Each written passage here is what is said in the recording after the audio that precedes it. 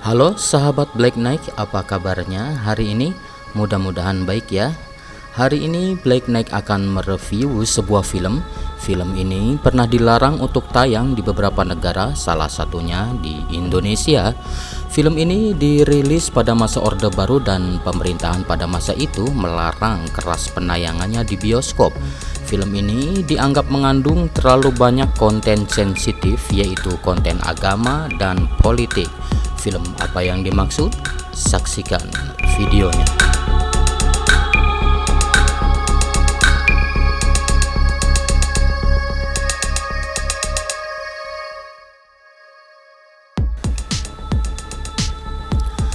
Schindler's List. Ya, hari ini kita akan membahas film Schindler's List. Sahabat Black Knight, awalnya saya ragu untuk mereview film ini. Dari sekian banyak teman, mereka tidak menyukai film ini. Walau banyak yang tidak suka dan dilarang penayangannya di bioskop Indonesia, namun pada faktanya film ini menyabet prestasi yang sangat gemilang. 7 penghargaan Piala Oscar disabet pada tahun 1994. Tokoh utamanya pun dalam film ini, yaitu Liam Neeson, mendapatkan penghargaan khusus dari Presiden Irlandia. Dikatakan bahwa Liam Neeson receiving the Irish Academy Award for his outstanding contribution to cinema from the President of Ireland, Michael D. Higgins. Schindler's List adalah film yang diproduksi tahun 1993 berdasarkan novel Schindler's Art karya Thomas Keneally yang diterbitkan di Amerika dengan judul Schindler's List dan kemudian diedarkan kembali di negara-negara persemakmuran. Film ini diadaptasi oleh Steven Zaillian dan disutradarai langsung oleh Steven Spielberg, mengisahkan riwayat Oskar Schindler, seorang pengusaha Katolik Jerman yang berperan dalam menyelamatkan nyawa lebih dari 1.000 orang Yahudi Polandia pada masa Holocaust. Emang Holocaust itu apaan sih? Holocaust adalah sebuah pembantaian besar-besaran yang dilakukan oleh negara Jerman Nazi terhadap hampir seluruh penganut Yahudi di Eropa. Dalam waktu 4 tahun, jutaan penganut Yahudi disiksa dan dibunuh oleh para tentara Nazi di bawah pimpinan si tangan besi Adolf Hitler. Dan film Schindler's List sendiri atau judul filmnya sebenarnya merujuk kepada daftar nama dari 1.100 orang Yahudi yang dipekerjakan Schindler di pabriknya saat Holocaust. Yuk kita langsung saja ke TKP. Film ini dimulai dengan gambaran tentang orang-orang Yahudi yang sedang berdoa. Pada penutup doa, sebuah lilin yang menyala pun mati dan filmnya berubah warna menjadi hitam putih. Nah, ini dia filmnya hitam putih. Sebagian teman saya berpendapat gara-gara hitam putih filmnya jadi tidak menarik. Menurut saya, film hitam putih di sini benar-benar membawa ke suasana sisi gelap ceritanya ya guys.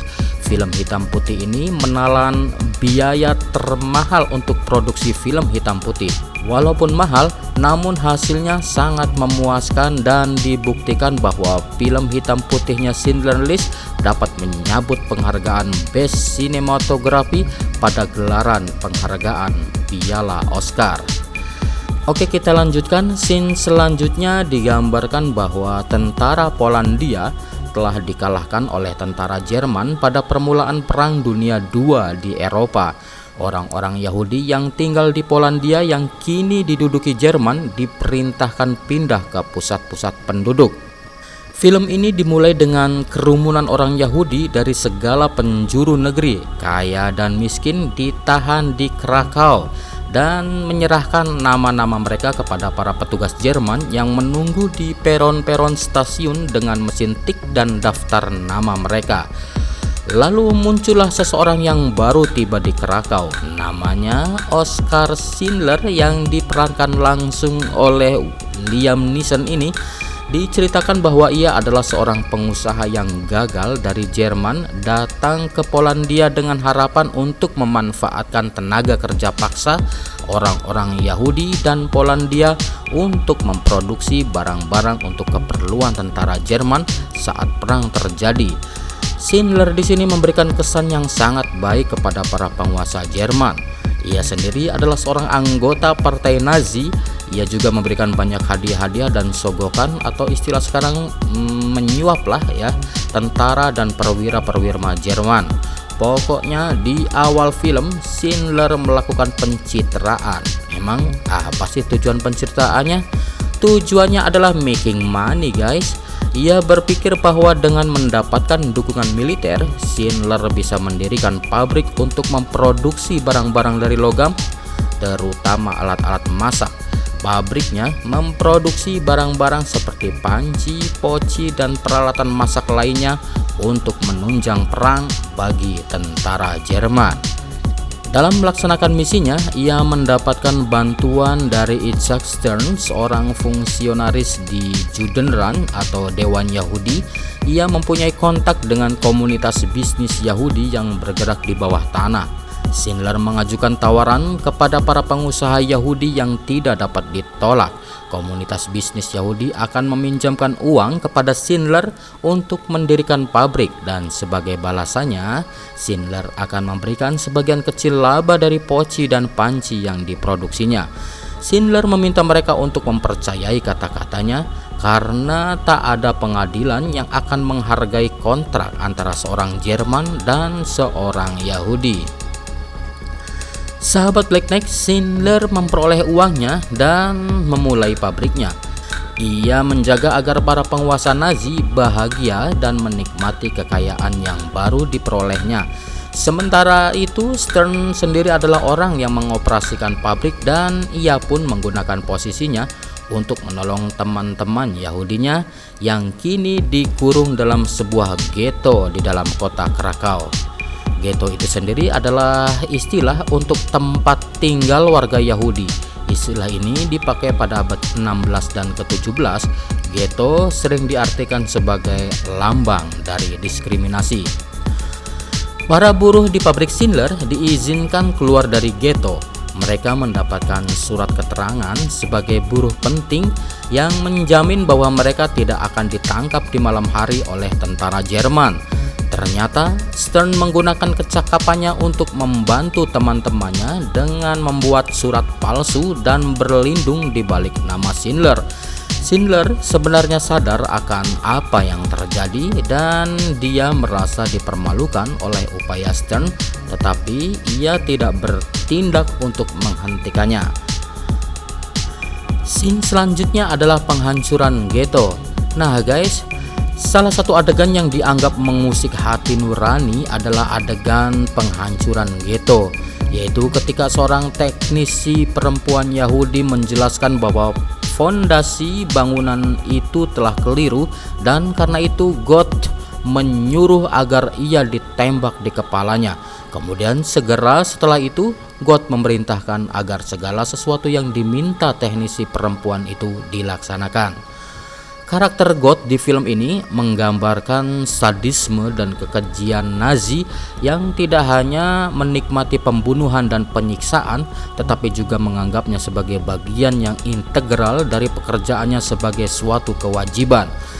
Dalam sebuah adegan, God memutuskan untuk tidak menembak seorang remaja lelaki karena tidak membersihkan bak mandinya dengan benar, tetapi setelah mempertimbangkannya kembali, ia malah memutuskan harus tegas lalu menembaknya dari belakang ketika anak itu sedang berjalan pergi meninggalkannya.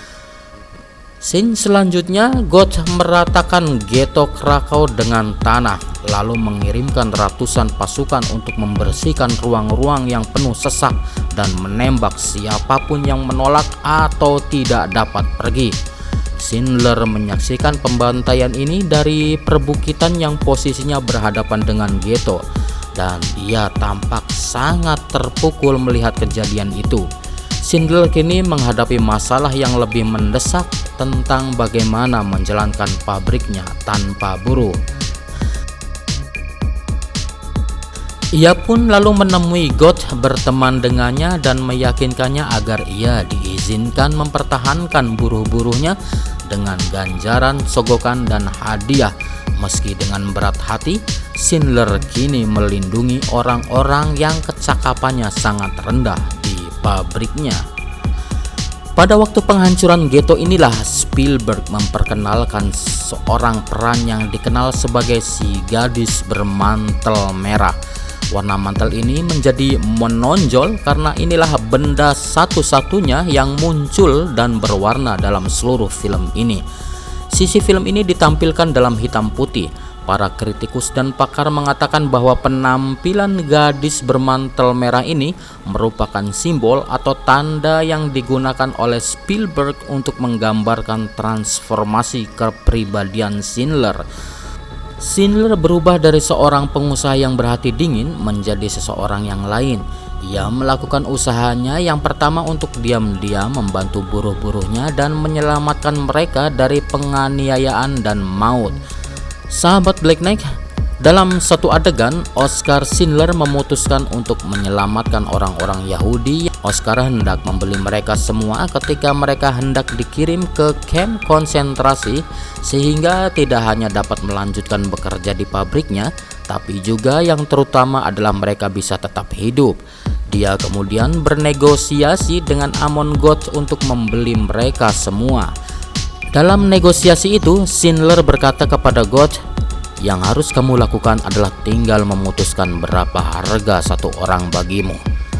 Namun God segera memotongnya. Dia mengembalikan pertanyaan tadi pada Oskar dengan menambah penekanan, "Tidak, bukan begitu. Berapa harga satu orang bagimu?" Oskar hanya bisa tersenyum. Deal sudah terjadi dan harganya sangat fantastis dan sangat mahal. Dia segera membuat perencanaan. Koper-koper penuh uang berpindah tangan dan dia mulai mendaftar nama-nama orang. Asistennya, seorang Yahudi bernama Stern, membantunya mengetik ketika mereka berdua mencoba. Nah, adegan di akhir film ini adalah adegan yang paling membuat terenyuh ya guys. Perang Dunia II sudah selesai, pasukan sekutu menang dan Schindler masuk daftar pencarian orang karena keterlibatannya dalam partai Nazi. Jadi dia akan segera pergi untuk melarikan diri. Sebelumnya dia menyerahkan pekerja yang berjumlah 1.100 orang itu yang dalam keadaan sehat kepada Stern untuk dirawat. Sebelum ia pergi, pekerjaannya mempersembahkan hadiah pada Schindler. Mereka mencabut gigi-gigi emasnya, meleburnya dan membuat satu cincin dari emas tersebut. Di cincin itu terdapat kutipan dalam bahasa Ibrani dari kitab Talmud yang berbunyi, "Who saves a life saves the world entire." Barang siapa yang menyelamatkan satu kehidupan, ia menyelamatkan seluruh dunia. Schindler benar-benar tersentuh ketika dihadiahi cincin dari pekerja-pekerjanya yang tidak memiliki apa-apa lagi selain nyawa mereka sendiri. Dia tidak dapat mengontrol dirinya dan hanya bisa berbisik kepada Stern, "Aku seharusnya bisa menyelamatkan lebih banyak lagi." Stern menggelengkan kepalanya. "Oskar, ada 1.100 orang yang tetap hidup karena Anda. Anda sudah melakukan banyak sekali. Akan ada generasi-generasi yang hidup karena apa yang telah Anda lakukan." Wow, adegan ini benar-benar memiliki arti yang sangat mendalam. Bagaimana dengan kita sendiri? Apakah kita menyadari betapa berharganya nyawa manusia? Berapa harga satu orang buatmu? Sahabat Black Knight, film ini durasi sesungguhnya adalah lebih dari 3 jam. Dan usai sudah reviewnya, kini waktunya untuk undur diri. Mohon maaf jika menemukan banyak kekurangan. Sampai jumpa di video selanjutnya. See you next time. Dadah.